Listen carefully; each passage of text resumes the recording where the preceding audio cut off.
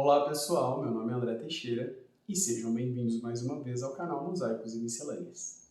Se essa é a sua primeira vez por aqui, ou se faz tempo que você não passa, não esquece já de deixar a sua curtida, de compartilhar o vídeo com seus amigos se você gostou.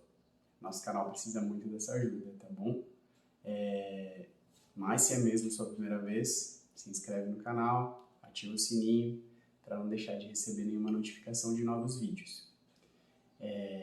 O canal Mosaicos e Miscelâneas tem alguns projetos e um deles é o projeto Ler para quem não pode ler. Nós já fizemos várias leituras e nesse momento nós estamos lendo a coleção do Percy Jackson, do Rick Riordan. Nós já lemos o primeiro livro, então se você tiver interesse de acompanhar a leitura do primeiro livro, é só procurar a playlist dele aqui no canal. E agora nós estamos lendo o segundo livro da coleção, da primeira coleção do Percy Jackson e os Olimpianos. Nós estamos lendo O Mar de Monstros. Hoje eu vou ler para vocês o capítulo 6 de O Mar de Monstros, Ataque dos Pombos Demoníacos. Vamos lá? Os dias que se seguiram foram uma tortura, bem como Tântalo queria. Primeiro havia Tyson se mudado para o chalé de Poseidon, dando risadinhas consigo mesmo a cada 15 segundos e dizendo: "Percy é meu irmão!" como se tivesse acabado de ganhar na loteria. "Ei, Tyson", dizia eu, "não é assim tão simples." Mas não havia como explicar a ele.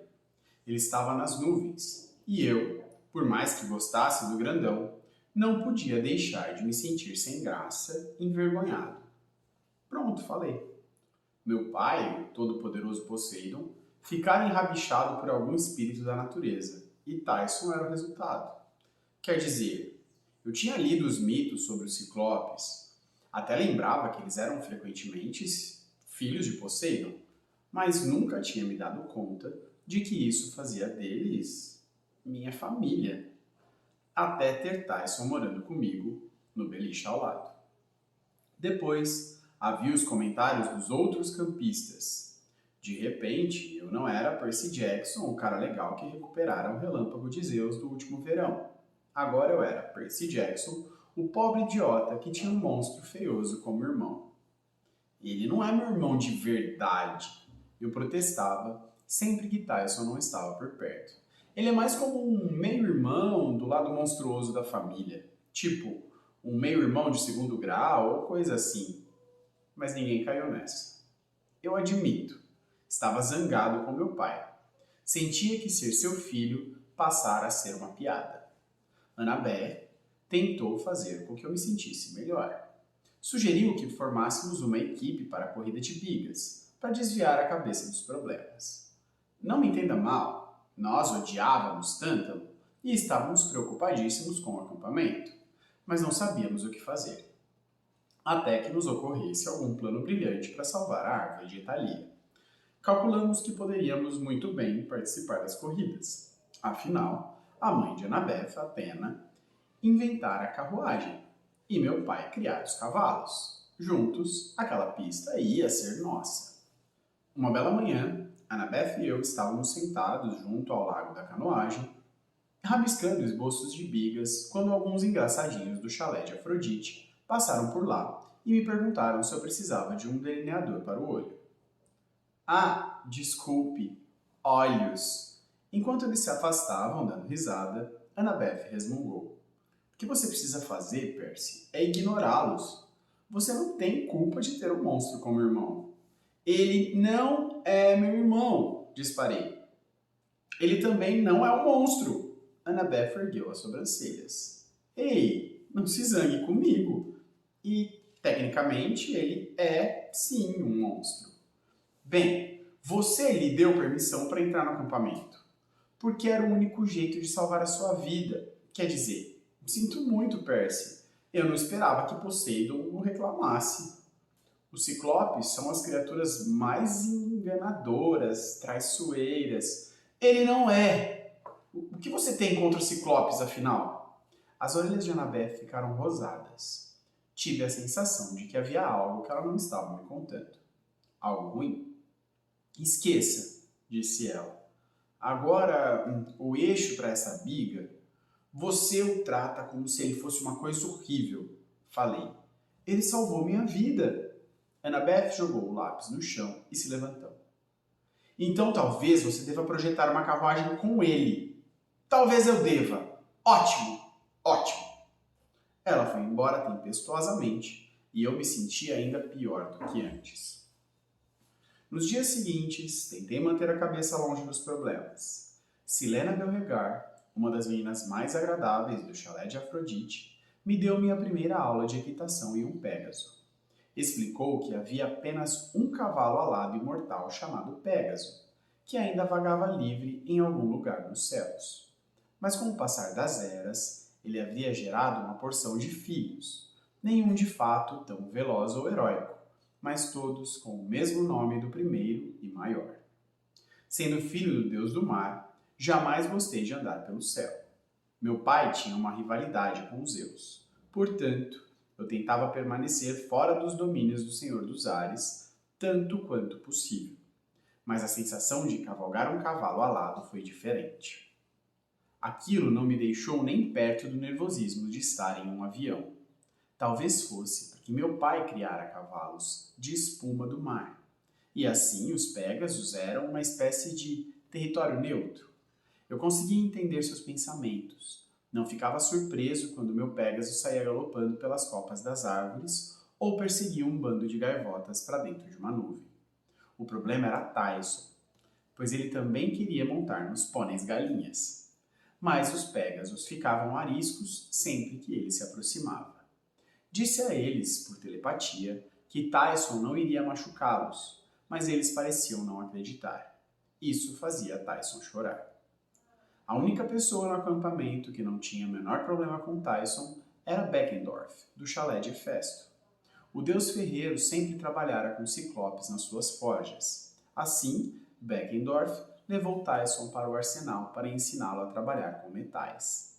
Disse que faria Tyson fabricar itens mágicos como um mestre num piscar de olhos. Depois do almoço, eu treinava na arena com o chalé de Apolo.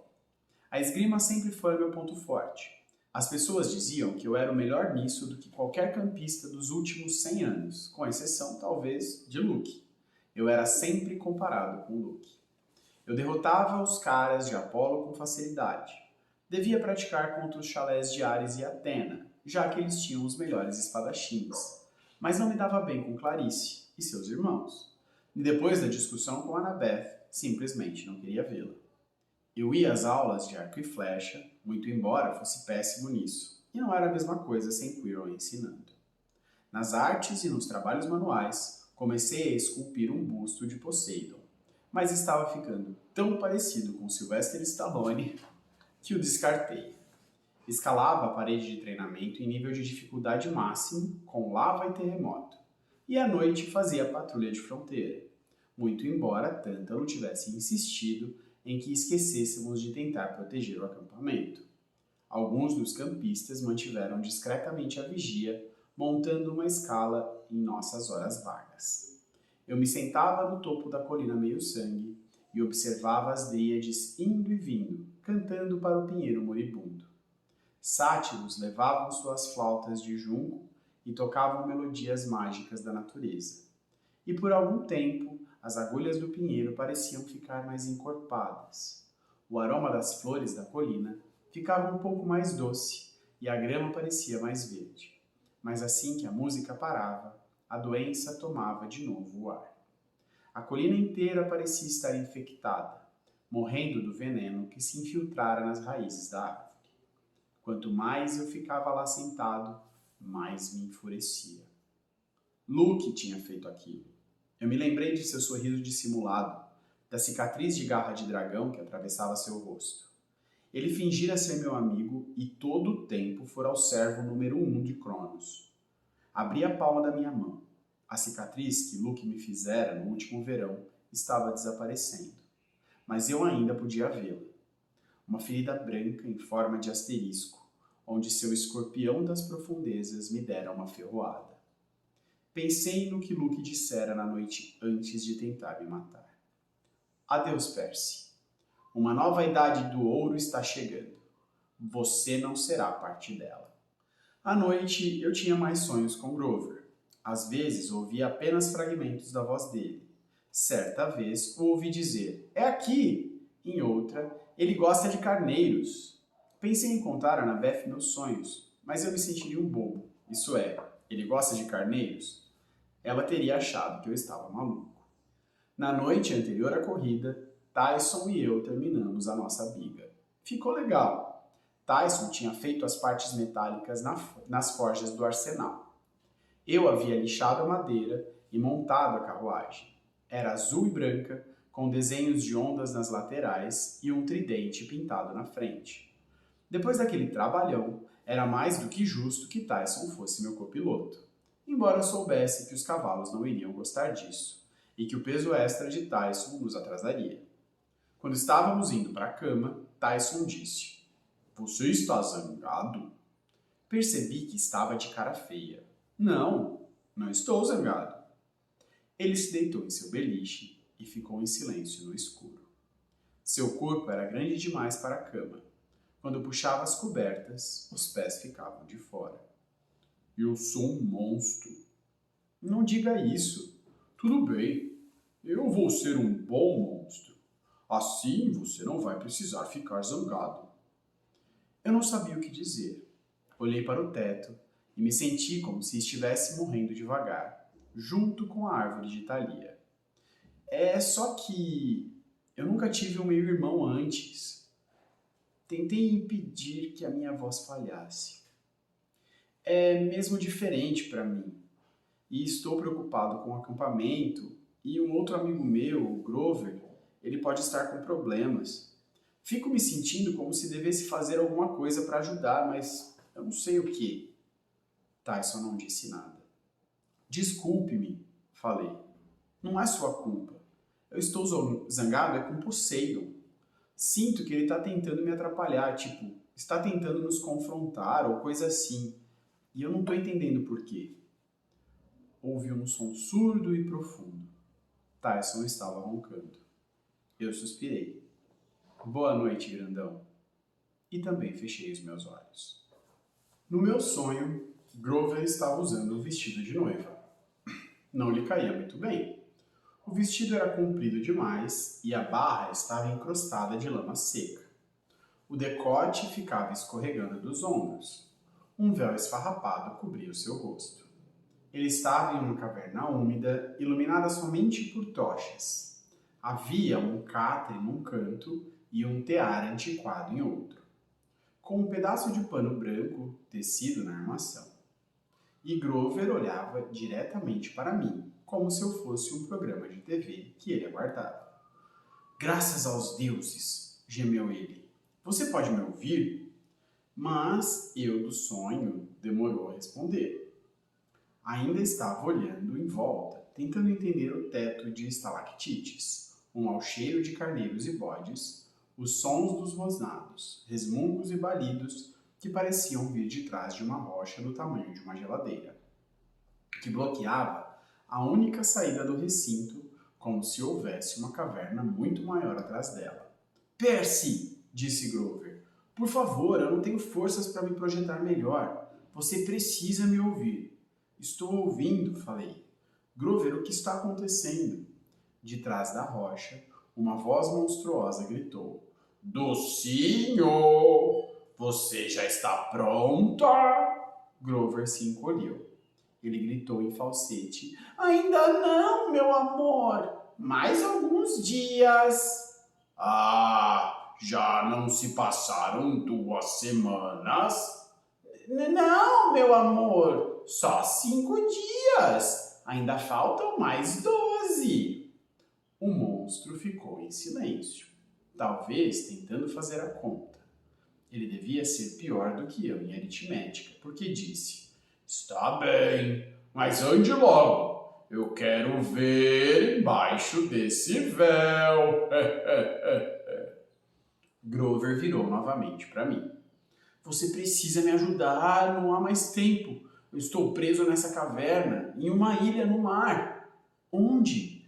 Eu não sei exatamente. Eu fui para a Flórida e entrei à esquerda. O quê? Como você... É uma armadilha, disse Grover. Por isso nenhum sátiro jamais retornou de sua missão. Ele é um pastor, Percy, e ele está com aquilo. Sua natureza mágica é tão poderosa que cheira exatamente como o grande deus Pan. Os sátiros vêm aqui pensando que encontraram Pan e são apanhados e comidos por Polifemo. Poli quem? O Ciclope, disse Grover exasperado. Quase escapei e fui até Santo Agostinho. Mas ele o seguiu, falei, lembrando do primeiro sonho. E o encurralou em uma loja de noivas. É isso, disse Grover. Minha primeira conexão empática deve ter funcionado então. Olhe, esse vestido de noiva é a única coisa que me mantém vivo. Ele gostou do meu cheiro, mas eu lhe disse que era apenas um perfume com aroma de bode. Por sorte, ele não me enxerga muito bem. O olho ainda está meio cego da última vez em que alguém o golpeou. Mas logo vai perceber quem sou eu. Está só me dando umas semanas para terminar a cauda do vestido. E está ficando impaciente. Espere um minuto. O Ciclope pensa que você é... Sim, resmungou Grover. Ele pensa que eu sou uma dama Ciclope e quer se casar comigo. Em circunstâncias diferentes, eu teria explodido numa gargalhada. Mas a voz de Grover era muito séria e ele estava tremendo de medo. Eu vou salvá-lo, prometi. Onde você está? No mar de monstros, é claro. Mar de quê? Já disse, e eu não sei exatamente onde fica. E, olha, Percy, eu sinto muito por isso, mas essa conexão empática, bem, eu não tive escolha. Nossas emoções estão ligadas agora. Se eu morrer, nem me diga, eu morro também. Ah, bem, talvez não. Você pode viver por anos em estado vegetativo, mas seria muito melhor se você me tirasse daqui, né? Docinho! Berrou o monstro. É hora do jantar. Ai, que delícia! Carne de carneiro! Grover choramingou. Preciso ir. Venha depressa. Espere. Você disse que aquilo estava aí. Aquilo o quê? Mas a voz de Grover já ficava mais fraca. Bons sonhos! E não me deixa morrer. O sonho se apagou e acordei assustado. Era o começo da manhã. Tyson estava me olhando, seu único olho castanho cheio de preocupação. Você tá bem? Perguntou. A voz me deu um calafrio na espinha, pois era exatamente como a do monstro que eu ouvira em meu sonho. A manhã da corrida estava quente e úmida. A névoa estava baixa sob a terra, como um vapor de sauna. Milhões de pássaros se empoleiravam nas árvores. Gordos pombos cinzas e brancos, só que eles não arrulhavam como pombos comuns. Soltavam aqueles desagradáveis guinchos metálicos que me lembravam radar de submarino. A pista da corrida fora construída em um campo gramado, entre a linha do arco e flecha e os bosques. O chalé de Hefesto usou os touros de bronze, completamente domesticados depois que as cabeças foram esmagadas, para preparar uma pista oval em questão de minutos. Havia fileiras de degraus de pedra para os espectadores. Tântalo, os sátiros, algumas dríades e todos os campistas que não estavam participando. O Sr. D não apareceu. Ele nunca acordava antes das 10 horas. Certo! Anunciou Tântalo quando as equipes começaram a se reunir. Uma náiade levara para ele um grande prato de doces. E enquanto Tântalo falava, sua mão direita perseguia uma pomba de chocolate pela mesa do juiz. Vocês todos conhecem as regras. Uma pista de 400 metros. 2 voltas para vencer. 2 cavalos por biga. Cada equipe será composta de uma auriga e um lutador. São permitidas armas. Esperem por truques sujos, mas tentem não matar ninguém. Tântalo sorriu para nós, como se fôssemos todos crianças travessas. Qualquer morte resultará em punição severa. Sem guloseimas junto à fogueira por 1 semana. Agora, preparem suas carruagens. Beckendorf liderou a equipe de Hefesto até a pista. Eles tinham uma biga toda de bronze e ferro, inclusive os cavalos, que eram autômatos mágicos, como os touros da colóquida da história dos Argonautas. Não tinha dúvida de que a carruagem deles tinha todos os tipos de armadilhas mecânicas e itens mais sofisticados do que os de uma Super Maserati. A biga de Ares era vermelho sangue, puxada por 2 medonhos esqueletos de cavalo. Clarice embarcou com um feixe de lanças, clavas, bolas de prego e outros brinquedos detestáveis. A de Apolo era elegante e graciosa, inteiramente dourada, puxada por 2 belos cavalos baios. Seu lutador estava armado como um arco, embora tivesse prometido não disparar flechas comuns com ponta contra aurigas de oponentes. A de Hermes era verde e tinha a aparência de um pouco velha, como se não saísse da garagem havia anos. Não parecia nada especial, mas era conduzida pelos irmãos Stoll, e estremeci só de pensar nos truques sujos que eles haviam armado. Restavam 2 carruagens, uma conduzida por Annabeth e a outra por mim. Antes do começo da corrida, tentei me aproximar de Annabeth e lhe contar meu sonho. Ela se animou quando mencionei Grover, mas quando mencionei o que ele dissera, ela ficou distante outra vez, desconfiada. Você está tentando me distrair, concluiu. O quê? Não estou. Ora, como se Grover, por um mero acaso, tivesse tropeçado na única coisa que poderia salvar o acampamento. O que você quer dizer? Ela revirou os olhos. Volte para sua biga, Percy. Eu não estou inventando isso, ele está em perigo, Annabeth. Ela hesitou. Pude perceber que tentava decidir se devia ou não confiar em mim. A despeito das brigas ocasionais, passamos por muitas coisas juntos, e eu sabia que ela jamais desejaria que algo de ruim acontecesse a Grover. Percy, uma conexão empática é muito difícil de ser feita. Quer dizer, é mais provável que você estivesse mesmo sonhando. O oráculo, disse eu. Podíamos consultar o oráculo. Annabeth franziu a testa. No último verão, antes de minha missão, eu visitara o estranho espírito que morava no sótão da casa grande. E ele me fizera uma profecia que se realizara de um modo que eu jamais imaginaria. A experiência tinha me aterrorizado por meses. Annabeth sabia que eu nunca sugeriria voltar lá se não estivesse falando realmente sério. Antes que ela pudesse responder, a trombeta de concha soou. Aurigas! Bradou o Tântalo. Aos seus lugares! Conversamos mais tarde, disse Annabeth, depois de eu vencer. Enquanto eu caminhava de volta à biga, notei que havia mais pombos nas árvores, guinchando como loucos, fazendo a floresta inteira farfalhar. Ninguém mais parecia estar prestando muita atenção, mas eles me deixavam nervoso. Os bicos cintilavam de modo estranho. Os olhos pareciam mais brilhantes do que os de pássaros comuns. Tyson estava tendo problemas em controlar nossos cavalos. Precisei conversar com eles por um bom tempo até se acalmarem. Ele é um monstro, senhor, eles queixaram para mim. Ele é filho de Poseidon, disse a eles. Assim como? Bem, assim como eu. Não, eles insistiram. Monstro, comedor de cavalos, não confiamos. Eu lhes darei torrões de açúcar no final da corrida, falei. Torrões de açúcar?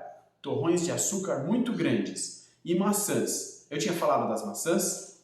Por fim, concordaram em deixar que eu os atrelasse. Agora, se você nunca viu uma biga grega, ela é construída para ser veloz. Não para conforto e segurança. É basicamente um cesto de madeira aberto atrás, montado sobre um eixo entre 2 rodas. Quem conduz fica em pé o tempo todo. E a gente sente cada solavanco da estrada. É feita com uma madeira tão leve que se você perder o controle das curvas fechadas em uma extremidade ou outra da pista, provavelmente vai capotar, esmigalhando tanto a carruagem como a si mesmo. Tem mais adrenalina do que andar de skate.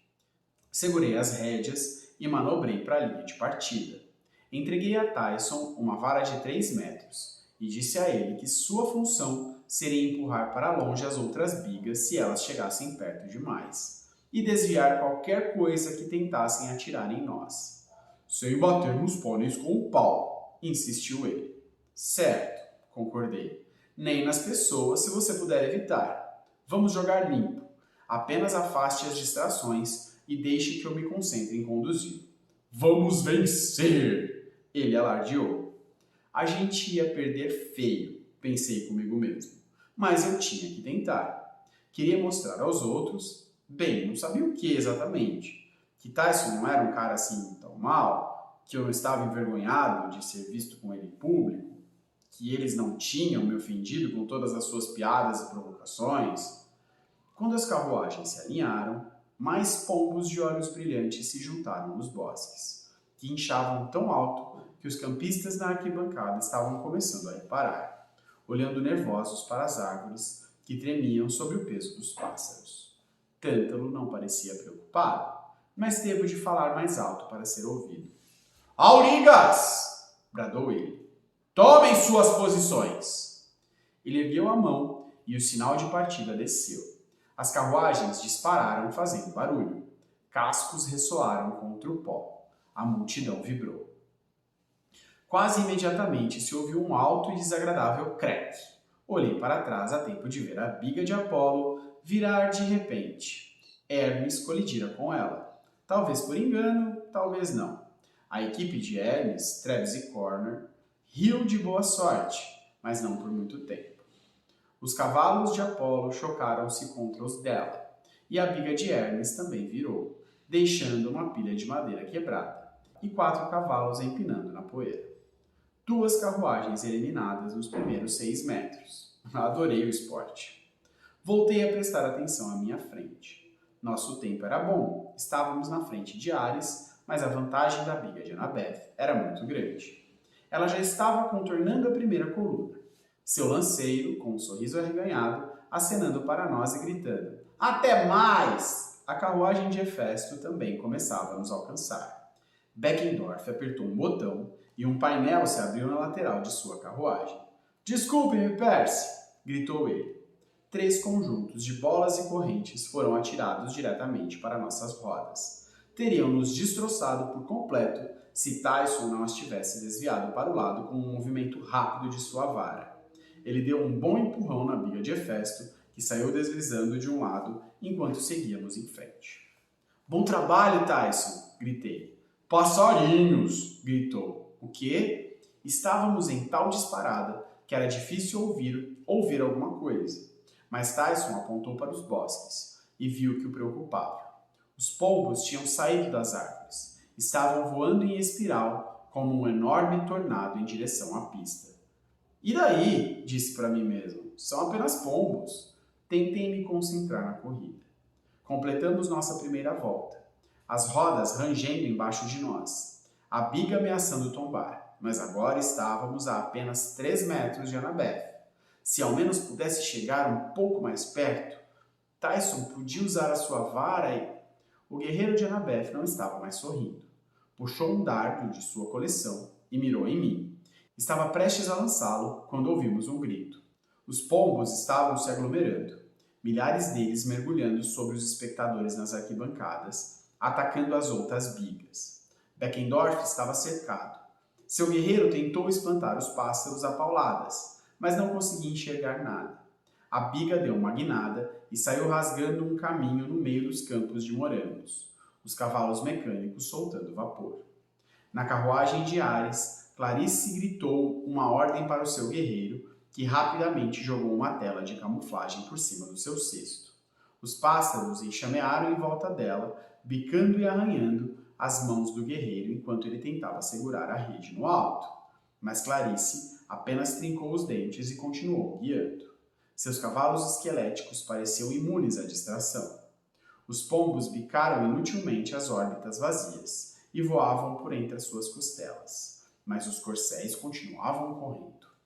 Os espectadores não tiveram tanta sorte. Os pássaros atacavam qualquer pedaço de carne exposta, levando todos ao pânico.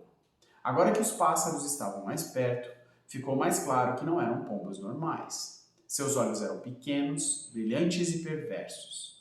Os bicos eram de bronze e, a julgar pelos gritos dos campistas, deviam ser afiados como navalhas. Pássaros de Etinfalha! Gritou Anabeth. Ela reduziu a velocidade e emparelhou sua biga com a minha. Vão descarnar todo mundo, até os ossos, se nós não nos espantarmos. Tyson, disse eu, meia volta. Pegamos o caminho errado? Perguntou ele. Sempre, resmunguei, mas manobrei a biga na direção da arquibancada. Annabeth seguia bem ao meu lado. Ela gritou, heróis! As armas! Mas eu não tinha certeza se alguém podia ouvi-la com os guinchos dos pássaros e todo aquele caos. Segurei as rédeas com uma das mãos e consegui empunhar contra a corrente, enquanto uma onda de pássaros mergulhava sob meu rosto, os bicos metálicos batendo. Golpeei-os no ar e eles explodiam em pó e penas, mas ainda restavam milhões deles. Um me pegou no traseiro e quase pulei para fora da biga. Annabeth não estava com muito mais sorte. Quanto mais perto chegávamos da arquibancada, mais compacta ficava a nuvem de pássaros. Alguns dos espectadores tentavam se defender. Os campistas de Atena gritavam por escudos. Os arqueiros do chalé de Apolo carregavam seus arcos e flechas, prontos para exterminar as ameaças. Mas, com tantos campistas misturados com os pássaros, não era seguro disparar. São pássaros demais! Gritei para Annabeth. Como a gente se livra deles? Ela golpeou um pombo com a faca. Hércules usou um barulho, símbolos de bronze. Ele os espantou com o som mais horrível que conseguiu. Os olhos dela regalaram. Percy! A coleção de Quiron! Entendi imediatamente. Acha que vai funcionar? Ela entregou as rédeas ao guerreiro e pulou de sua biga para a minha como se fosse a coisa mais fácil do mundo. Para Casa Grande! É a nossa única chance! Clarice acabara de cruzar a linha de chegada, sem adversários, e parecia só então ter notado como era sério o problema dos pássaros. Quando viu que nos afastávamos, gritou: Vocês estão fugindo? A luta é aqui, seus covardes! Ela puxou a espada e investiu para a arquibancada. Fiz os cavalos galoparem. A biga passou com barulho pelos campos de morangos, atravessou a quadra de vôlei e parou bruscamente na frente da Casa Grande. Annabeth e eu corremos para dentro, disparando pelo corredor até o alojamento de Quirrell. O aparelho de som ainda estava na mesa de cabeceira e também seus CDs favoritos. Agarrei os mais repulsivos que pude encontrar. Annabeth agarrou o aparelho e corremos juntos de volta para fora. Na pista, as carruagens estavam em chamas. Campistas feridos corriam em todas as direções, com pássaros dilacerando-lhes as roupas e arrancando-lhes os cabelos, enquanto Tântalo perseguia doces do café da manhã em volta da arquibancada, gritando de vez em quando: Está tudo sob controle, não se preocupem! Paramos a carruagem na linha de chegada. Annabeth preparou o som. Rezei para as pilhas não estarem fracas. Apertei o play e o favorito de Quirrell começou a tocar os maiores sucessos de Dean Martin. De repente o ar se encheu com o som de violinos e um bando de caras resmungando em italiano. Os pombos demoníacos enlouqueceram. Começaram a voar em círculos, colidindo uns com os outros, como se quisessem explodir seus miolos. Depois abandonaram de vez a pista e voaram para o céu em uma enorme onda escura. Agora! Bradou Annabeth. Arqueiros! Sem obstrução, a mira dos arqueiros de Apolo era infalível. A maioria conseguia disparar 5 ou 6 flechas de uma vez, em minutos. O chão estava coalhado de pombos de bico de bronze mortos, e os sobreviventes eram um distante rastro de fumaça no horizonte. O acampamento estava a salvo, mas a devastação não era bonita de ver. A maioria das vigas tinha sido completamente destruída. Quase todos estavam feridos, sangrando com bicadas múltiplas dos pássaros. A menina do chalé de Afrodite gritava porque seus penteados tinham sido arruinados e suas roupas estavam sujas de cocô de pombo. Bravo! Disse Tântalo, mas não estava olhando para mim ou Annabeth. Temos nossa primeira vencedora! Ele foi até a linha de chegada e premiou com os louros dourados uma Clarice perplexa. Ele então se virou e sorriu para mim. E agora, a punição para os desordeiros que tumultuaram a corrida. A vida do Percy não é fácil. Cara, é muito engraçado que ele só se ferra, né? Porque essa é a parte engraçada da história. Nada dá certo para ele. Agora ele é irmão de um monstro e tá tentando conviver com essa realidade. A princípio ele não aceitou muito bem, mas ele percebeu que o Tyson é um cara legal e o Tyson tá se esforçando. E e ele está tentando enxergar o irmão dele atrás daquele monstro de um olho só, o que é bem legal. É um capítulo de transição, mas um capítulo bem divertido, né? Onde acontece essa corrida de bigas muito doida, com esses pássaros loucos atacando todo mundo. E sempre uma aventura louca atrás da outra. Mas acho que o mais legal desse capítulo é justamente essa construção da relação dele com o Tyson, né? Essa forçação de barra que o Poseidon impôs para ele quando reclamou o Tyson como filho. E aí ele está tentando entender por que o pai dele fez isso com ele. O pai dele, né, cuja relação já é tão complicada e que a gente acompanhou lá no começo da história.